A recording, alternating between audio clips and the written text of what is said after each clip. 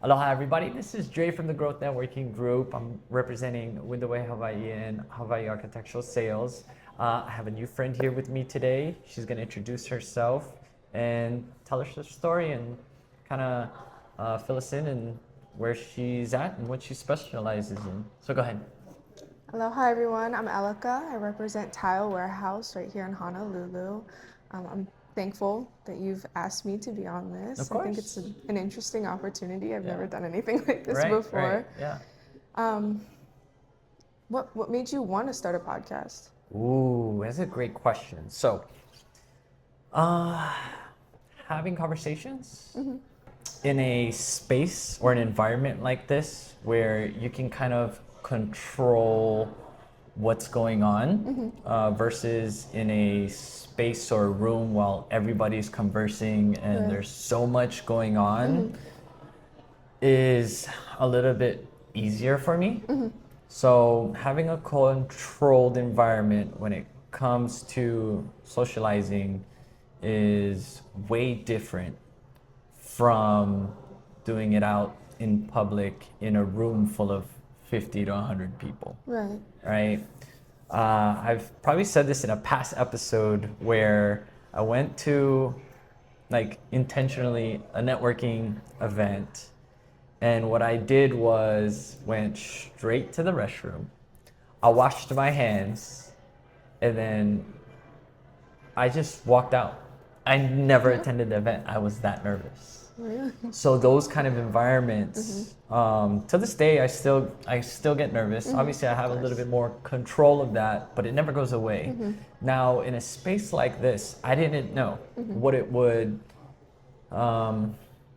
Again, something like this still gets me nervous, but it's different in a way where, okay, I have a little bit more control. I get to choose the space. I get to choose the person that I get to speak with, and dive a little bit deeper into what it is that they specialize in. So I really get to learn about it. So since I've been podcasting, I've learned that through this, I've been able to efficiently build the trust of that individual. And, looking back, hence, I didn't know. I was just starting the podcast, just go talk. It was either 3-4 people. More recently, I've been doing this more one-on-one. And I don't think I'm gonna stop doing this because the reason and the real purpose I think that I've kind of put behind this was for my son to see and get to know me as I or we grow older, because now he's 2. And what was dad like when he was in his mid-30s? Right. And who did he socialize or talk with or why?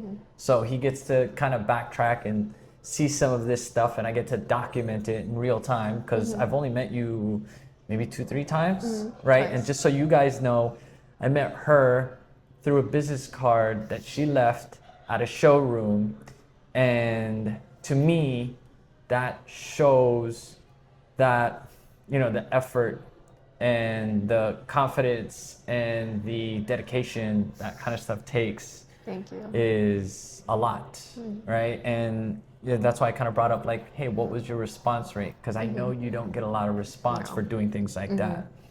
So I gave her a chance and an opportunity. I reached out and I said, hey, what's going on? And I see that you're in this space, and me being in the window industry kind of allowed me to connect with you and maybe help you grow along down that path.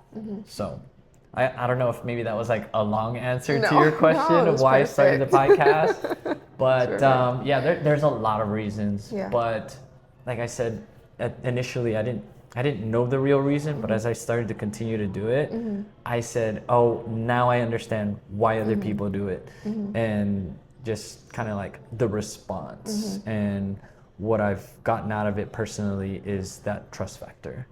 Yeah. And it's cool to reference back some of this stuff, like to look back. I've done about maybe 40-50 episodes, and to look back at the first 10, the first 20, you get to see kind of like the growth that you've gone through and that's the really cool. relationships that you've built. Yeah. So yeah, that's why. It's a good form of documentation. Yes, I think it's really cool. it is. Yeah. It is. Yeah. And if you're not documenting, I think it's hard to recall some of the things, right? So I wish I documented more of my popcorn journey. About 10 years ago, I started a gourmet popcorn company, manufacturing stuff. Wow. But yeah, it's still my back pocket. What about you? What wanted you to jump onto a podcast? Because I'll tell you this much, a lot of people either don't trust me enough to jump on the podcast or are too busy or just simply it's uncomfortable. It's hard to sit in front of a camera and just have a discussion. I get it. Yeah. So Yeah. do I. Yeah, it's So, hard. yeah, if you don't mind me asking you.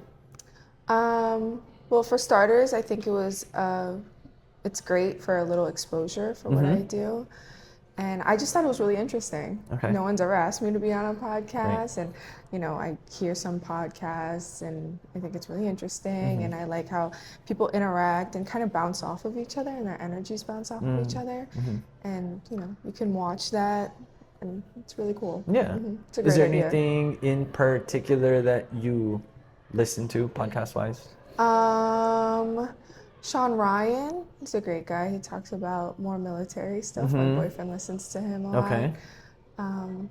But yeah, just some girly podcasts that I listen to. But that's about it. Yeah. Yeah. I've heard a few, like the ghost story one. I don't know that guy's name. There's a lady who does makeup and tells stories about like unsolved mysteries and things like that, Yeah. They're interesting. Those are cool. I always like listening to those every now and then in case I Yeah. find myself in a scenario where I'm about to die and I Yeah. kind of, oh yeah, that podcast, just relate, and let it save my life.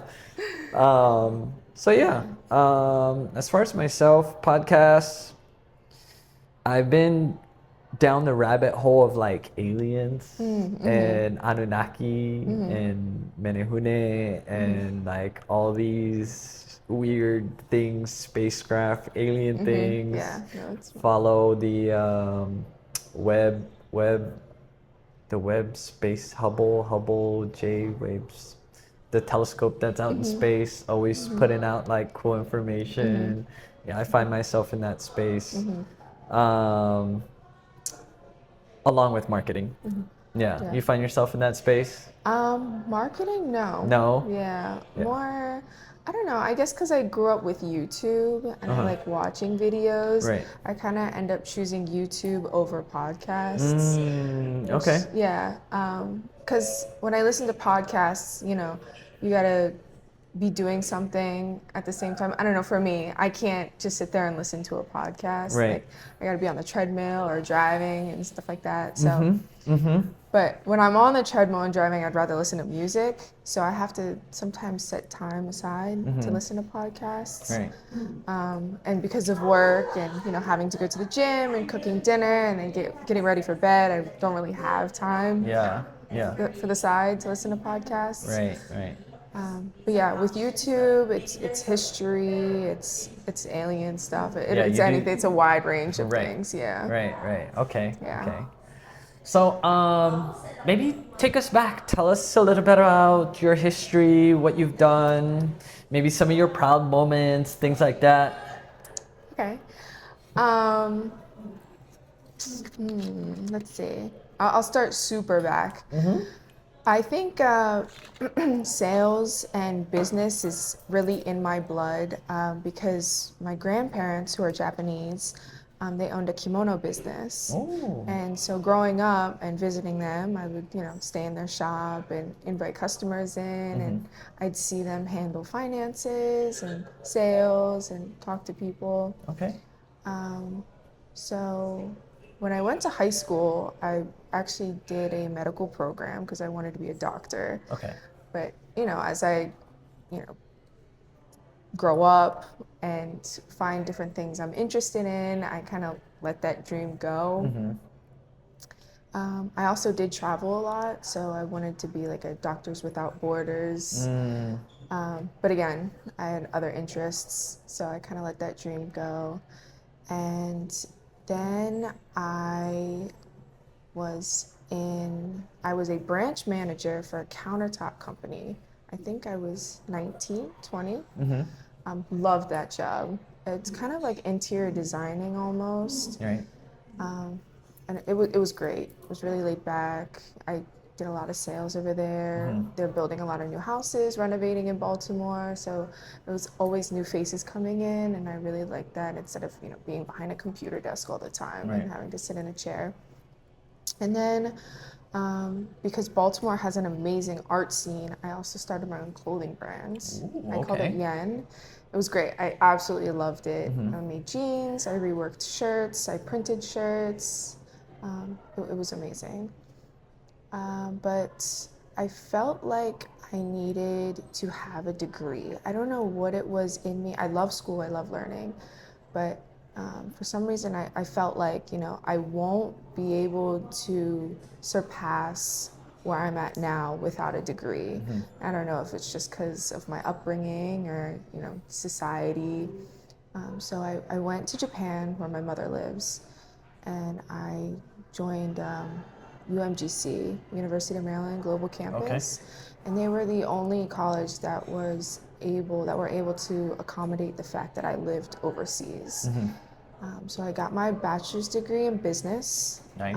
Got a certificate in HR. I loved everything I learned. Then, yeah, I met my boyfriend who lives here, born and raised, and I got the tile sales job Nice. because of my experience. And I love the tile business. Again, it's very much like interior designing, and I think that's what I like most is designing. Customers come in, they want to renovate, they want to remodel, they want to, do a lot of things to their house. And it's very exciting. It's very fun being able to see the different tiles, different sizes and shapes. Yeah. It's really cool. Make people happy because they're happy with what they picked out. Right. Oh, that's awesome. So you walk them along that process Yeah. and make sure they're taken care of. Yeah. And gotcha.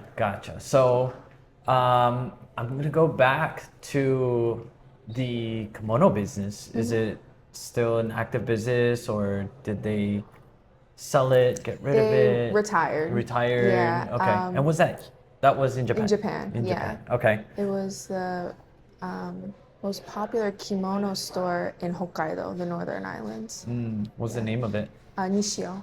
Nishio. And that means? It's my last name. Oh, okay. Yeah. Nice. My family's last name, yeah. Right on. Yeah. And yeah, they did a lot.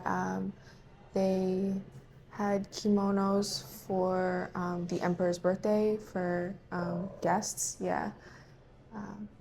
Yeah.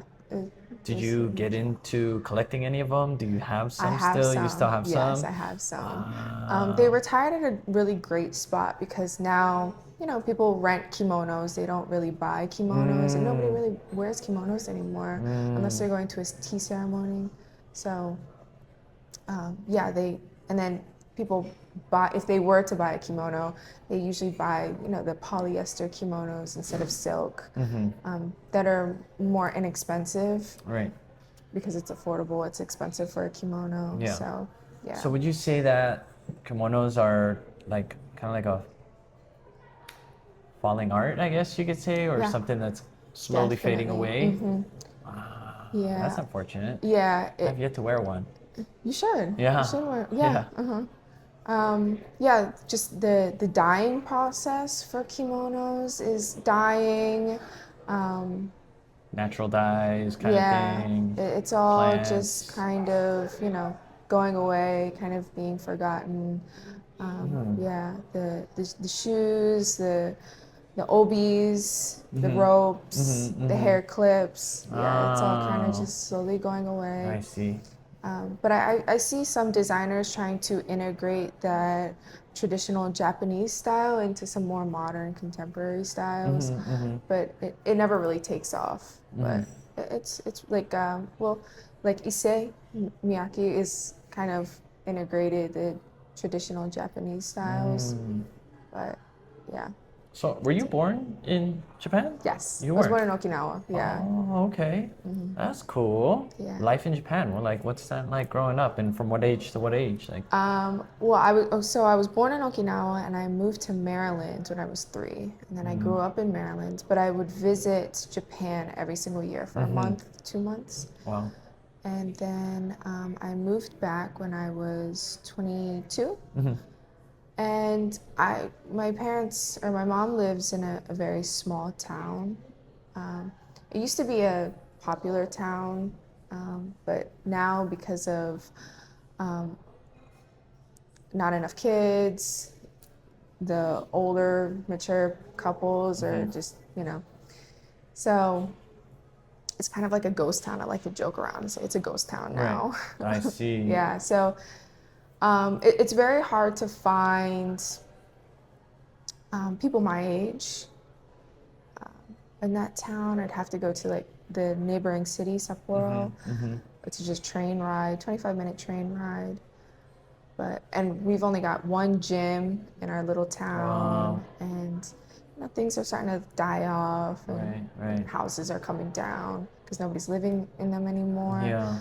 The kids that do go to college and graduate, they end up moving, to the city because there's not enough work in those small towns.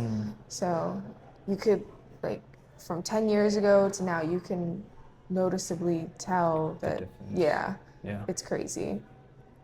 I mean, I love Japan. It's very cheap. The quality is great.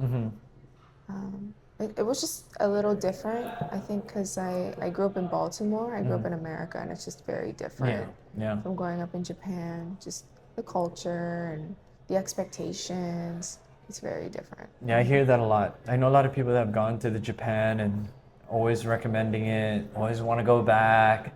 On my Instagram, I see stories about the education system, which I enjoy a lot, and I wish I had my son to be able to experience something like that.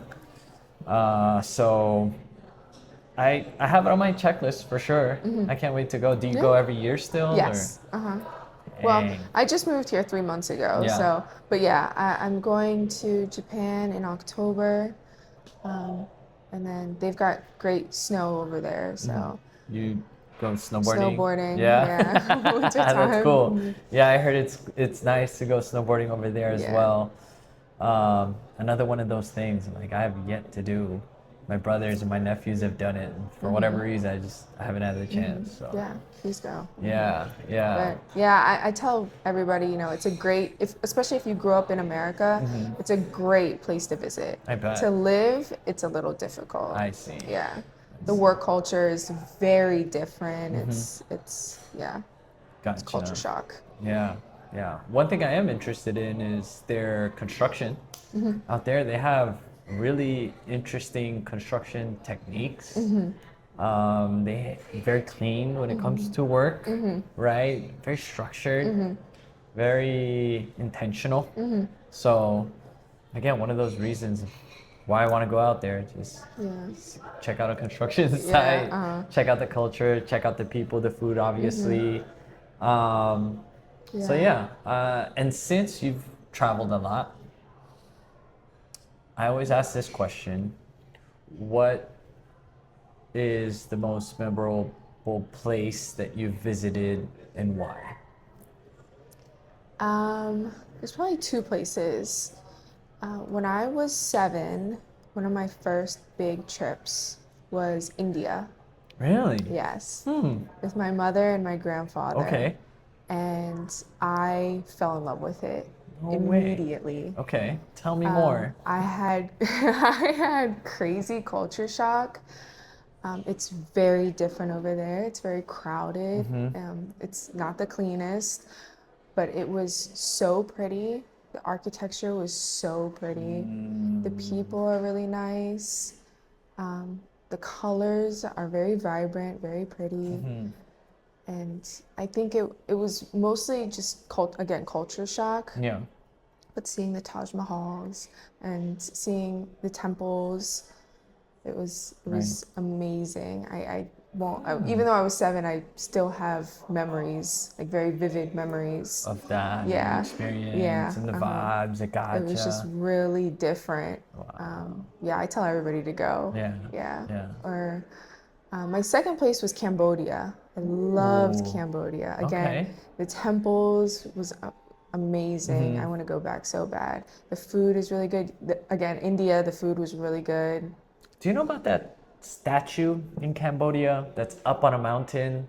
There's a certain like some kind of Buddha or something where the reason why they created this statue of this guy, huge, I think it's like somewhere around like 50, 60 feet tall. Just the toe itself is like 3 feet wide. And they created that statue, which they don't even know how it got there because this person, Buddhist, I'm not entirely sure, was or did something where he stood in silence for a whole year. And that's why The they monk, I created it. think. I don't know. Yeah. It's huge. I didn't do too much research on it, but a lot of people don't know about it. I know it's in Cambodia, and it's just like this massive piece of art that is just there, and it's such an interesting piece. Yeah. But yeah, did you get to see that or come I across don't it? No, think you haven't so, heard about yeah. it. Yeah, that was another one of those Yeah. things. Since we were talking about like aliens and Yeah. whatnot and all that. Yeah. Yeah. So Even the Angkor Wat, they say it's it does something with the magnetic field. I've heard that conspiracy. There's a lot. yeah, It's really definitely, interesting. definitely. So why come back Cambodia? Like, what was it? What do you mean? Like, what was it about Cambodia that you found most memorable? Definitely Angkor Wat, the temple. It's just the carvings on the temples and the stories behind them. It's so interesting. The Yeah. vibes, very tropical. The foods are amazing. The food is Nice. very good.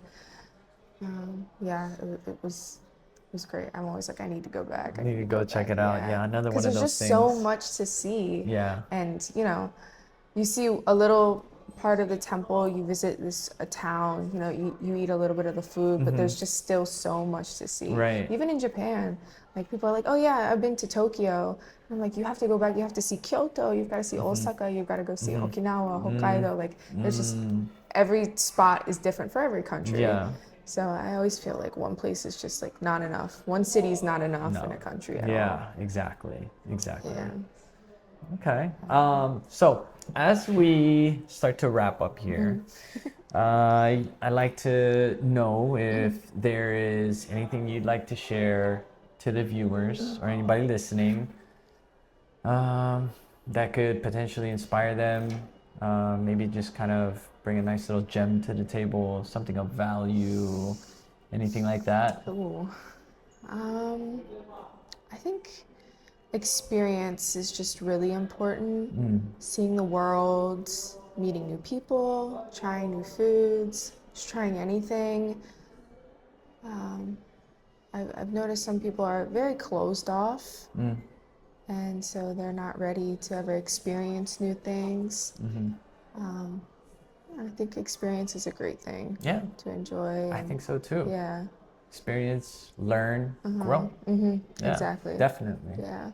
So, if you want people to find you, to reach out for either your services or just get in contact with you or get to know you, how can they find you? Are you on LinkedIn, Instagram, email, phone? What's the best way? I am on LinkedIn, Ellika Cross, ELLIKA CROSS. You can email me at elika@tilewarehousehawaii.com. Yeah, I think those are the two best spots. Okay, sweet. So yeah, if you guys need to get in contact with her, you already know. And thank you guys for tuning in on this episode. We're looking forward to have you back and see your growth and your journey. course, So I'd love that. again, Dre, Growth Networking Group with Windaway Hawaii and Hawaii Architectural Sales. Aloha, let's go.